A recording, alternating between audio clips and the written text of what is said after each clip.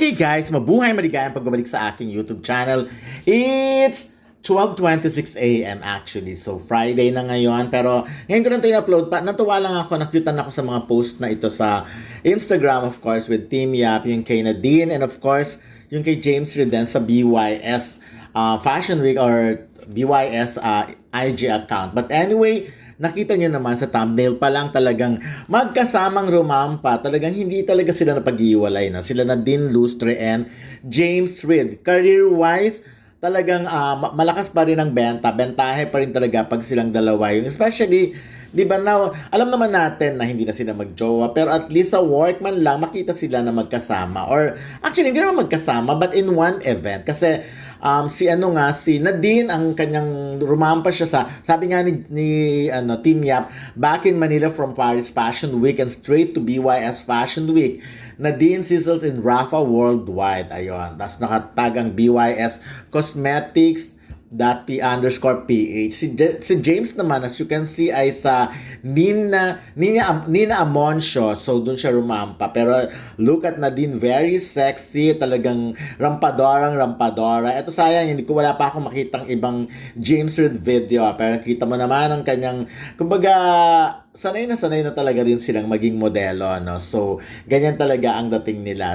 Siyempre, like, especially si Nadine, exposed na talaga siya sa pagrampa dahil nga sa mga pinuntahan niyang Fashion Week. Imagine mo, from Paris Fashion Week na kung saan, kasama niya nga sila Pia Wurtzbach and Ann Curtis. And yun na nga, tas this time, dito naman sa BYS Fashion Week sa Pilipinas. Pero nakakatuwa, no? Ako, to be honest, I'm so ang feeling ko, masaya pa rin every time nakikita ko sila in one event. Kasi very civil sila, very educated, very decent. Hindi sila yung parang gumagawa ng eksena. Kasi may mga ganun eh. Alam niyo yung mga artista dahil sa tagal ko na sa showbiz, ang daming ganap niyan, ang daming eksena niyan, ang daming, di ba nga, bago magkita, bago sila magkatagpo, marami ng mga advance party yan, mga entourage, mga ganyan. But this time, since work na ito, tsaka wala nang reason pa para mag-iwasan sila. Since this is not naman the first time na nagkita sila. Nagkita na sila sa napakaraming event, especially sa mga event ng pang-esikola, yung talagang pang-social-socialan. So, pero ako, naniniwala ako na talagang malakas pa rin ang tandem nila, ha. Hindi man yung mag-love team, pero try yung bigyan ng product or bigyan ng sila, mabenta pa rin. Ako, tingin ko kasi ang interest naman ng mga fans sa kanilang dalawa ay nandun pa rin. Not for anything. Diyos ko, papatagalin pa ba natin katulad ng mga Sharon Gabi? Although iba naman ang Sharon Cuneta and Gabi Concepcion, of course, meron silang Casey Concepcion. Pero syempre, in terms of relationship, nagtagal din naman yung dalawa at talagang nagkaroon din naman sila ng bonggang pinagsamahan. Kaya sana, sa mga moment na ganito na, alam niyo yon yung parang pwede naman silang mag-work. Actually, the last time na nung na-interview ko si Nadine Lustre sa sa SEDA, sa Ayala Vertis North, parang sa isang restaurant doon, sa Botejo actually, press ko niya yon. Tinanong naman sa kanya yon kung if she's willing pa rin to work with James Reid. Of course, ang sabi niya, kung may magandang material, why not?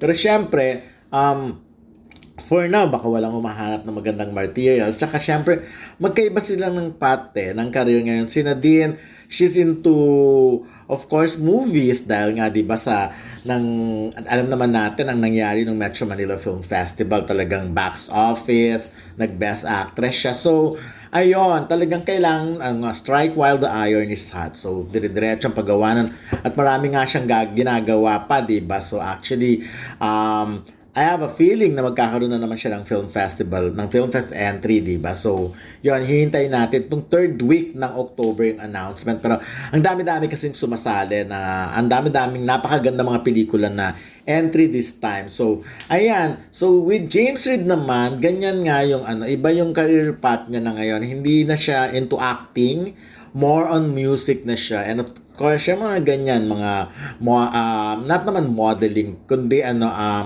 model but for for online and for print, of course, 'di ba? Kasi gano'n naman ngayon eh, pag influencer ka, kini-invite ka talaga all over the world kung saan ka pwede magpunta. So magsusuot ka lang ng brand, magpipictorial ka, gano'n naman ang ginagawa. So nila Heart Evangelista, Pia Wurtzbach, ini-invite talaga sila, tapos bibis lang sila, binibisan lang sila, mag-a-attend lang sila, magpapapicture, etc. So ayun yung hinahanap nila, yung media mileage. So kaya tingnan natin kung sino yung mga papatok. But of course, si Heart Evangelista kasi medyo nauna nun.